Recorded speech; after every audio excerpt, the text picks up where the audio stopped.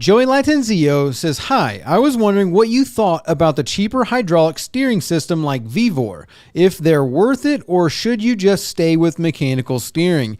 Awesome question, Joey. Let's talk about this. I think you have two different questions here, and we're going to cover them separately. Before we get started, I do want to thank our show sponsor, PartsView.com, for bringing you this content. They do carry convenience maintenance kits that's all packaged together with everything that you need to maintain or do a service on Yamaha, Mercury, Mercruisers, any of those engines, and you can check them out and get a discount of up to $50 using the coupons and the links in the description below. Now, I'm going to break your question down here, Joey. Thank you for liking, commenting, and subscribing. Just want to throw that in there. But you've got cheaper hydraulic steering versus more expensive hydraulic steering. So that's like one question on whether you should buy Vevor or Seastar or something like that. And then you also have thrown in this little question about the mechanical steering and whether or not, going from a hydraulic steering or from a mechanical to hydraulic, and that's kind of like its own discussion. So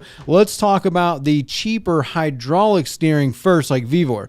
So first-hand experience, I have no experience with Vevor. I've never purchased it. I've never used it. I've never installed it. I've never actually even been on a boat with it. So all I know is secondhand information. So that's what you're going to get out of me on this topic. I like Seastar. I like, Uflex, even the manufacturer stuff like Mercury's hydraulic steering systems and all that kind of stuff. Like all those are really good. That's what I have experience with. The Vevor, I have heard secondhand from multiple people. So I've heard from at least over 10, 100% over 10, probably closer to 20 that have personally installed Vevor onto their own personal boats, and they have no issues. They love it. It's all been great. I've had one, maybe two people that I've heard complain about it or have problems with that system. So, as comparison there, it seems like a lot of people that have actually used them like it as far as the price point goes. And then there's only like one or two people that I've heard that have had a problem with it. One was on a rental boat, and the other one, I can't even remember what the guy said was the issue with it, but he didn't like it. So there's two negatives. Now, the price point of Vevor, I mean, it's great. It's $1,000 cheaper in some instances. I would kind of think, though, it's hydraulic steering. So you've got a hydraulic helm, you've got a hydraulic cylinder, and you've got hydraulic hoses that go back and forth. The helm just moves fluid from this direction to this direction and from this direction to this direction. So it's super basic. Hydraulic steering's just super basic in that aspect to it being it's just hydraulic. You're flowing fluid from one direction to another and then reversing it to go left and right with your steering. So you would think that it would be a pretty basic system. These seals and stuff, whether or not they're going to hold up, we don't really know. But if you've got like 150 horsepower or like a V6 or something like smaller, it might not be as good for a larger horsepower engine like a 300 or something like that. But if you've got a smaller engine, I think that it seems to me, or it seems to be from what I'm hearing, that it holds up very well. How many hours are on these engines or on these systems? I don't really know, but it seems to hold up. So that's my thought on the cheap versus expensive. Seastar is what it is. Uflex is what it is. It's a more complex system than a mechanical cable. But as far as longevity goes, why one's more expensive than the other one, I don't know. I have no basis or any kind of like information, insider trader information that I can tell you that is going to be like, why is one way more expensive than the other? Don't really know. Parts, manufacturing, and the company structure and all that kind of stuff all plays into there. But, $1,000 is a pretty big distance between, this system and this system. And that's a pretty big gap. So I don't really know why that is.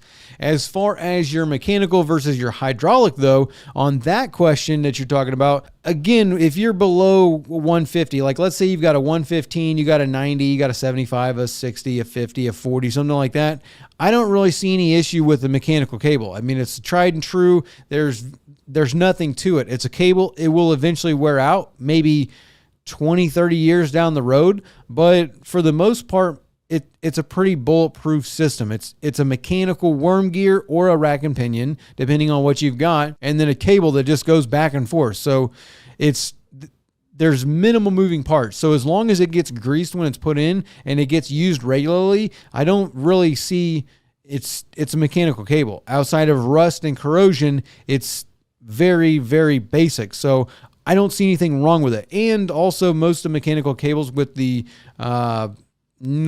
no reference feedback or no feedback, whatever they say it is, no feedback, I think is what they call it, whatever it is. You don't really feel the feedback basically being the torque of the prop or the lower units. So like if you've got a right-handed prop, you're going to get a torque on the engine. So the prop is spinning like this. It's going to want to have a tendency to pull the engine in that direction. So what that cable is, a lot of times with a mechanical cable, if it is straight mechanical with no, feedback mechanism in there to absorb some of that feedback, you will have a pull of the steering wheel from that prop torque. So, outside of that, if you got a 115 or a 90 or smaller engine, you're going to have minimal torque from that. Now, if that cable has got no feedback, has feedback and it's, got no resistance, then yeah, you can have an issue and you'll be constantly fighting the steering wheel to keep it over and keep the boat going straight. So most of the mechanical systems out there now, they have accommodated for that. So it's not nearly as bad as it once was 30 years ago. So there is a big difference between hydraulic and mechanical in that aspect. But other than that, it's totally a preference. If you're trying to put a mechanical cable on like a 150 or a 200, that's a pretty big engine to be trying with mechanical steering. So once you get up to that point, I would be wanting to put hydraulic steering system onto it, because hydraulic's going to absorb all that feedback, all that torque. It's hydraulic. So until you turn that wheel, it's not going to move that fluid, and that cylinder is going to hold the engine and absorb all of that prop torque. So, that's kind of my 2 cents on that on the second half of your question. Hope that kind of gives you, a lot of it comes into preference. Like if you got a bigger engine, you want hydraulic. If you got a smaller engine on a smaller boat, like you got a 17, 16, 15 foot boat and you got a 75 horsepower engine on there, there's nothing wrong with a normal mechanical steering system. You're not going to get this massive difference unless it's, a worn out, like totally clapped out steering system and you're absorbing all that prop torque in your steering wheel and the boat's constantly pulling to one side. You need new steering anyway at that point in time. So the upgrade, totally budget and preference related, I think, in my opinion. Blank Robber says, will the prop wash damage the transducer or just create interference for the sonar signal if it's mounted to the port side? So this is talking about a transom mount transducer and mounting them on the port or the starboard. So mainly it is got to do with interference. So there is a distance, I think it's like 16 inches. It might be 18 or 14 or something like that, depending on the transducer. On a transom mount transducer, when you put it on the back of the boat, the distance from the propeller, if it's too close, it will give you interference with your reading coming from the transducer. But it will also creates dirty water is the best term to use for it. So the water coming off of the bottom of your boat is going to your engine. Your engine is then sucking that water up in order to use that water to cool the engine to keep it from overheating. So you have clean cooling water, meaning water that is just coming straight off the bottom of the boat with nothing disturbing it. So if you've got a transducer, a through hull fitting, you've got, a strake, you've got something on the bottom of the boat that is disturbing that water. When it disturbs that water, it creates air bubbles or it aerates the water, which would be considered dirty water at that point in time. If you have too much of disturbed water getting to the engine, you can now be sucking up aerated water into your outboard, which is going to create an overheat situation because you're not getting good, clean cooling water to the engine. So that is also the other half of that, why you do not want your transducer to be closer to your keel, or why they have that 14, 16, 18 inches, whatever it is, depending on your transducer. Like, a lot of these down view, side view, clear view, side scan, chirp transducers, these long transducers that stick off, they're like this long to stick off the back of the transom, that will disturb a lot of water. It will create a lot of dirty water, especially the lower it gets down into the water. So if you've got that thing real close to your engine or mounted, 6 inches off the front of the, basically here's the middle of your outboard, 6 inches over, if that's where you mount that transducer, you're going to be disturbing all the water that is going to that engine, which is going to cause you that problem. So that's kind of also why that's there. It's not really, it's going to damage your transducer if you mount it inward or you mount it, on the port side. It more has to do with the cooling water and interference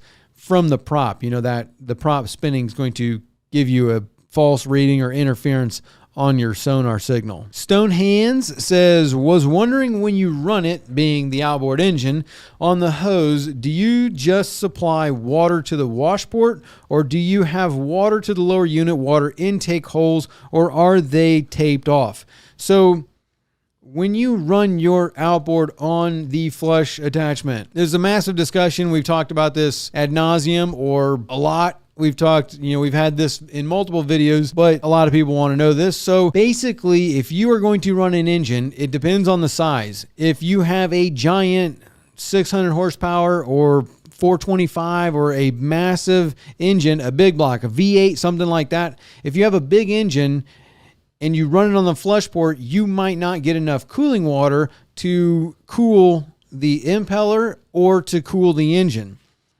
So your water pressure at the hose plays a big factor in this. By and large, everything else, like if you've got, say, a 150 or a 200 or V6, if you're going to run the engine on the flush port, which the majority of people out there do, it's not a problem. You're not going to burn up the impeller. You're not going to overheat the engine as long as you're just idling the engine and you're only running it for, say, 30, 60, 120 seconds. You're only running it for a minute or something, and the only reason you're running it on the flush attachment is because you're trying to diagnose something or you're trying to see something.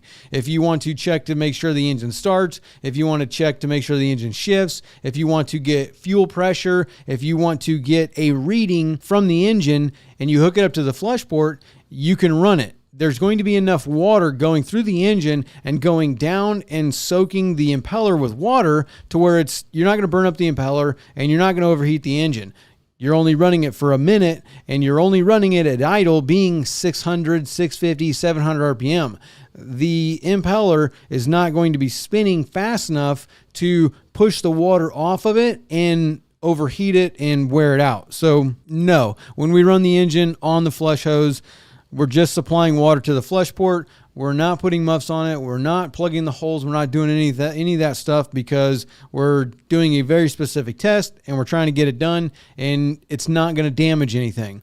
Now, if you got a big 425 and you're trying to put it on the hose and you rev the thing up to 1500 RPM, yeah, you're going to burn up your impeller. You're going to overheat the engine. You're going to have problems with that because you don't have the volume of water and you're running it too high of RPM. You're blowing all the water off the impeller, which is going to burn it up, which takes like that at that speed to burn it up. So yeah, those are, that's kind of the discussion there. We've had that discussion quite a few times. William Brown says, I usually use 5200 or 4200 to seal small holes like where the old transducer was. Is this something I shouldn't be using? So when it comes to filling old holes, like an old transducer hole, or, you've got some other kind of, you took a screw out of something and you're trying to seal it. You need to remember that on a boat, everything is flexing. So the boat, when you're going through the water, it's always vibrating and flexing. Everything is kind of, it's moving as it takes impact with the water. So when you take screws out, if you just take,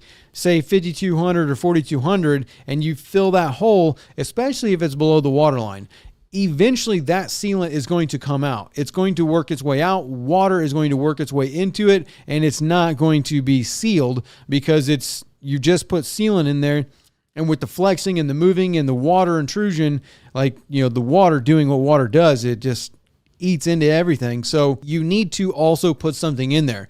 If you clean the hole out and fill it with an epoxy or you fill it with a glue that is made for that, then that's fine. But generally, you need to cover it as well because sealant, with that flex of the boat and with time, it's going to leak. So if you take a screw and you put the sealant on the screw and you send a screw in there, now all of a sudden the sealant isn't just there. You've actually got a mechanical bond, being the screw and the threads of the screw in the fiberglass, sucking it in there, and the sealant in between the threads is what is sealing your hole. So yeah, don't just fill small holes with nothing but sealant, because eventually it will leak, and it's just going to leak. I would suggest either filling the hole and fixing it with epoxy and glass or whatever, depending on how big the hole is, or just taking a screw. You can even countersink it. You can use a finishing washer. You can use a pan head.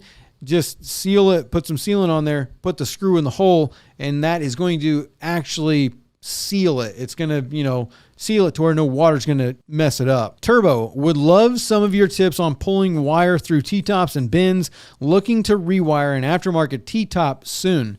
So on this one, I cannot remember the person's name, but someone else is on here commenting. They said he was a boat rigger for like 35 years or something like that, and he had the best comment that I've heard yet. And he was saying that he takes a string and he ties a nut to the string and then puts that into the hole, and then uses a magnet to guide that string, that to pull on that nut and to take it wherever he wants to take it. So that is one outstanding tip. And then for me personally, it's going to be de-rigging stuff and then running them all at once. You kind of want to have a string through your T-top, so you can use the magnet and the string. Most T-tops at the top, they're going to just have a hole in it. They'll look straight down the tube, and then that tube's going to go in. So, you can generally tie a string with, say, a nut or something, drop it in there, use the magnet to pull it out, or you can get a fish, an old mechanical steering cable, you take the core out of it, or just order a wire fish from Amazon for $15, and you run that through,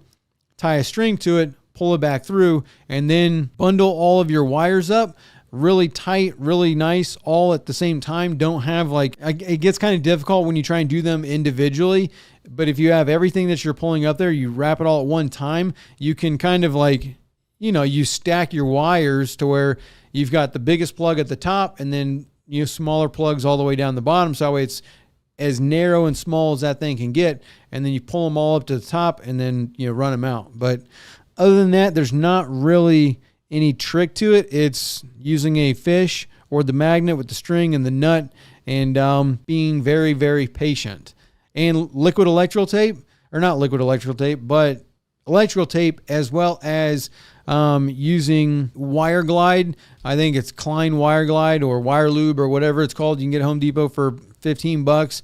Big quart jug of it, and just squirt that on there, lube it up, and that makes it go a lot smoother than, don't do it dry. If you do it dry, you're doing it wrong. So Jason says, I love my boat, but next time I would pay to get something newer and ready. So talking about, having an older boat versus having a new boat, I guess, yeah, that is one thing, but even newer boats come with problems. Boats just have, there's nothing really new about anything. Everything's always, you put a boat together and it takes them a year or two to put this boat together.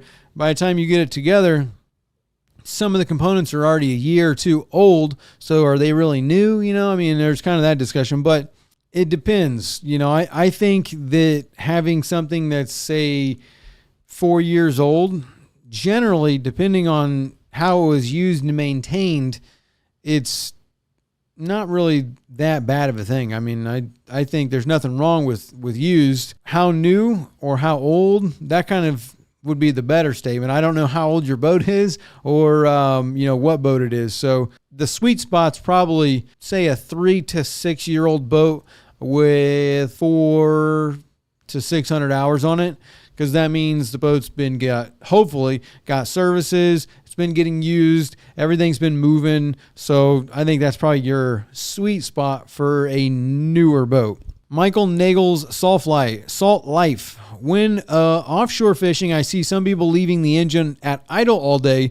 Me personally, I turn mine off. Does letting the engine idle all day cause any damage to an outboard motor? Thanks. Well, Michael, yeah, I think I've seen a lot of people do that. I mean, even people to the point where they will have like twin engines and they'll run one and turn the other one off and trim it up and then run, 2 hours on one engine and then switch over 2 hours on the other engine, all trying to, consume fuel, like save on fuel. So their fuel consumption is lower, but letting it idle all day, no, there's nothing wrong with that. A lot of people leave them running.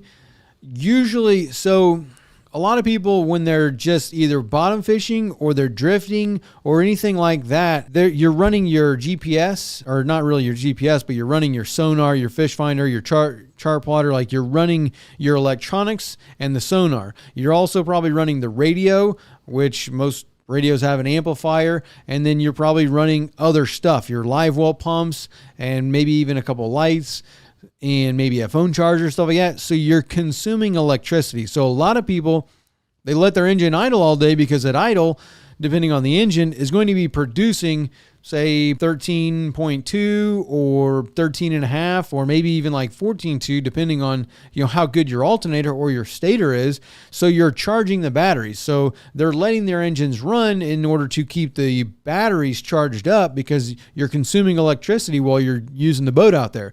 And then other ones like turning it off, as long as you're not using electricity, then there's nothing wrong with that. I mean, I would personally turn it off too, because there's no... Now, if you've got a sketchy engine and you got sketchy wiring in your boat and your battery system's not that good and the wiring in the boat's all a rat's nest and corrosion and all kinds of issues, yeah, I could see wanting to leave the engine on because you don't know if that thing's going to start when you go to start it because you got a raggedy boat and it's not reliable. So, if we're not talking about that situation where someone's got an issue with the boat and you're concerned about the engine not starting, there's a fear component there. But in everything else, I think it always has to do with just power consumption, not necessarily a fear of the engine not starting. I guess you could, run the engine just out of fear because you want it to be able to run. But yeah, turning it off, there's nothing wrong with turning it off because you're going to save fuel and you're not adding time to the engine. Like, let's say if you're out there bottom fishing for 4 hours or something, or, whatever, like over a total day offshore, you're going from spot to spot, but you're spending an hour or so somewhere, or you're diving and you're underwater for 45 minutes, whatever, then you're going to be adding an extra 4-5 hours of consuming fuel and time on your engine. So, you're going to need service a lot quicker, or you're going to need service a lot later. So I don't think if you go either way with that, Michael, it's going to be an issue. F. Hernandez, interested in what you use to clean up sealant. I typically use 3M 4200 or 4000.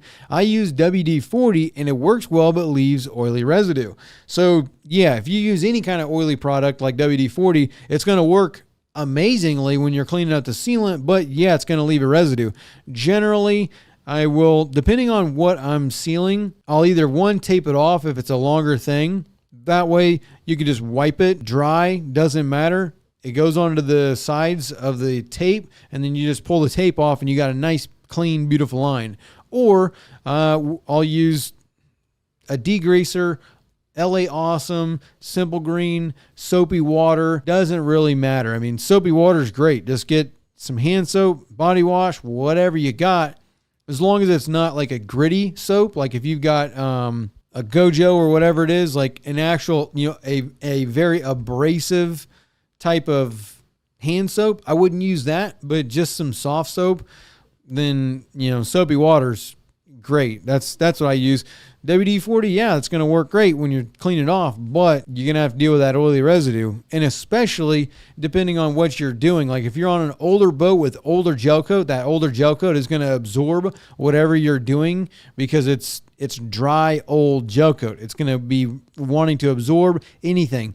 And if you use like a WD-40, it's going to leave that oily residue. It's going to stain it because if you've got an old white gel coat that's all dried out and decaying, that oil is going to basically just absorb right into that gel coat, leaving you with a stain that's going to be difficult to get out. So I'd be watching it on that one. Jonathan Odell says, I just did all this on a Yamaha 40 ELRP. The drive shaft is much harder to turn now. If I back off the bolts on the impeller housing, it turns easy. I feel like it is not right. How do I fix this?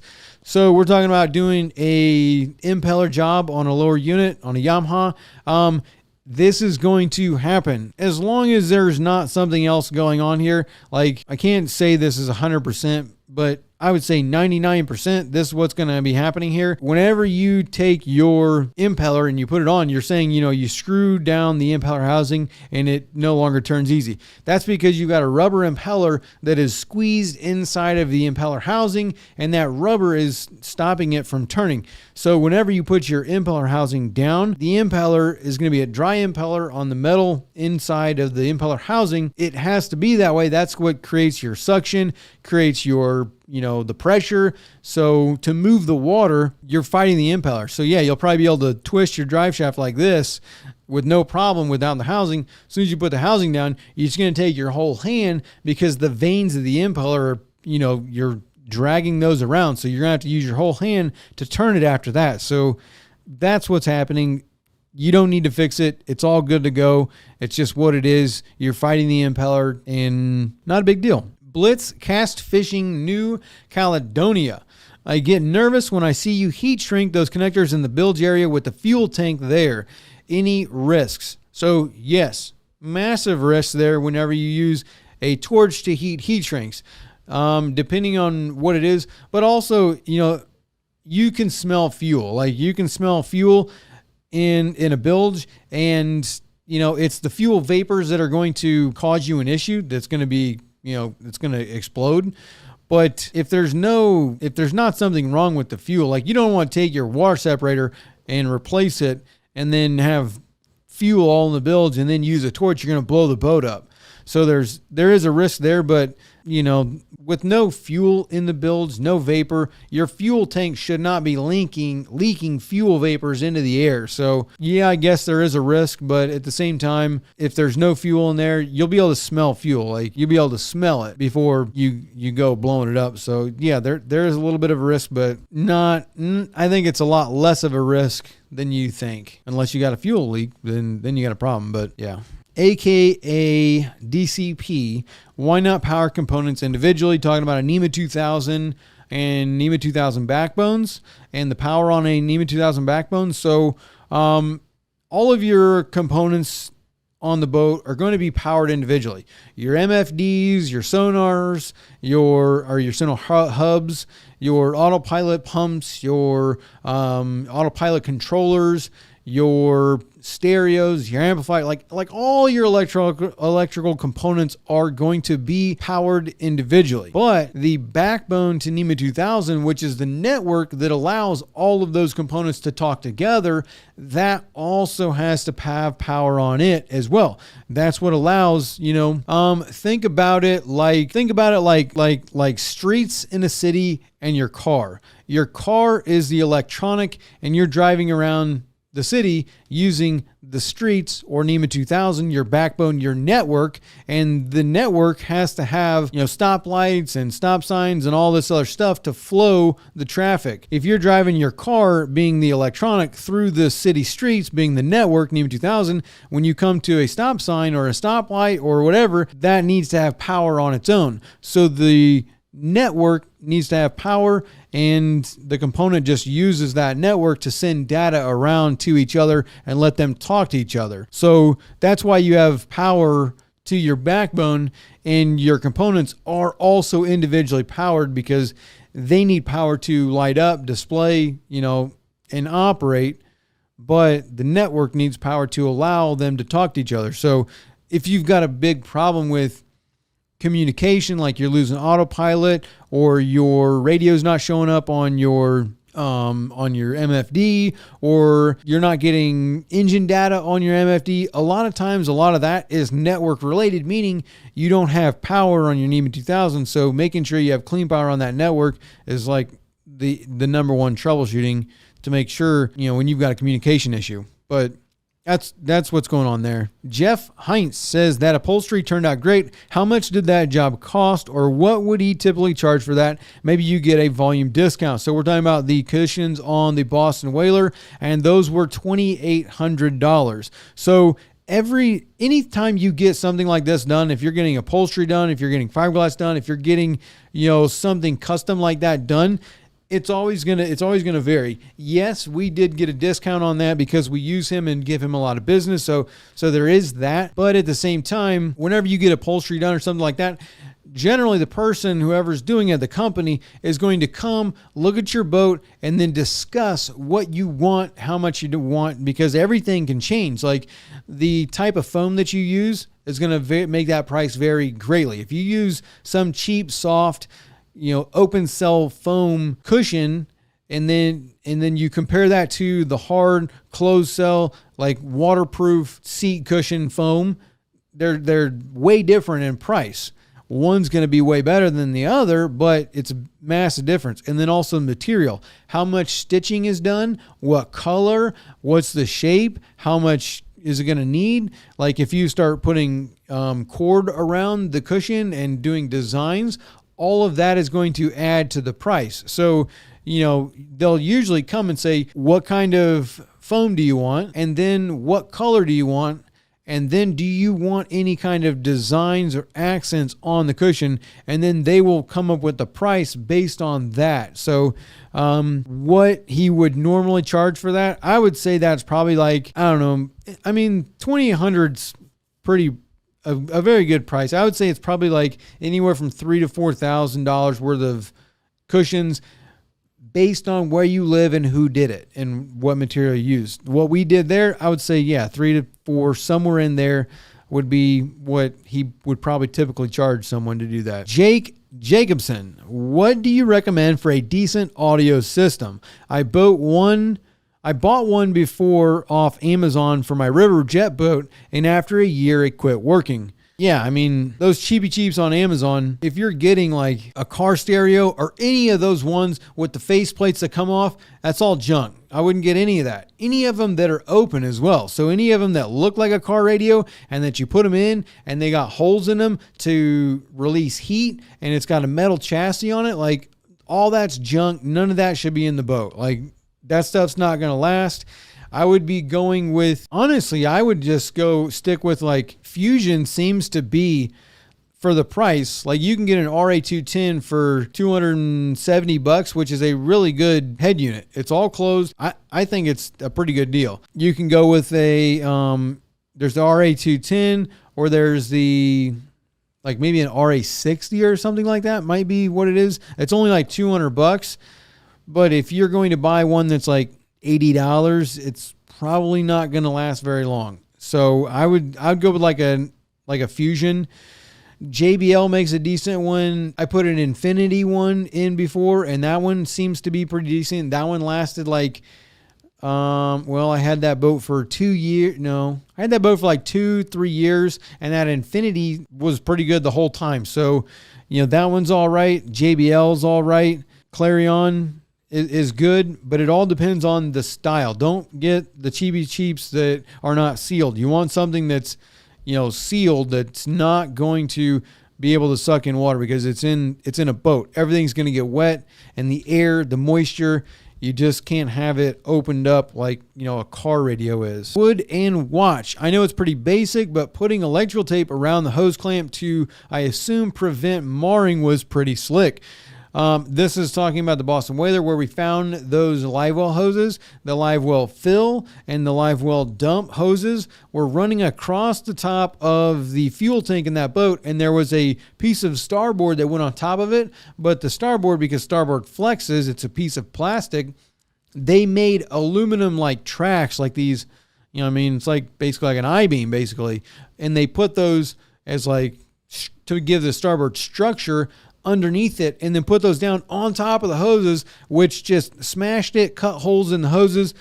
The thing was leaking water, had to be for as long as the boat was made. And so we had to cut those sections out, add splices, and put hose clamps on there. And then I wrapped those hose clamps in electrical tape just for that reason right there. back to what we were talking about in the beginning or a few questions ago with filling the holes of 4200, the boat is always flexing. Everything is moving. That's why you don't use solid wire in a boat. It's always stranded because of bends and flexing and movement.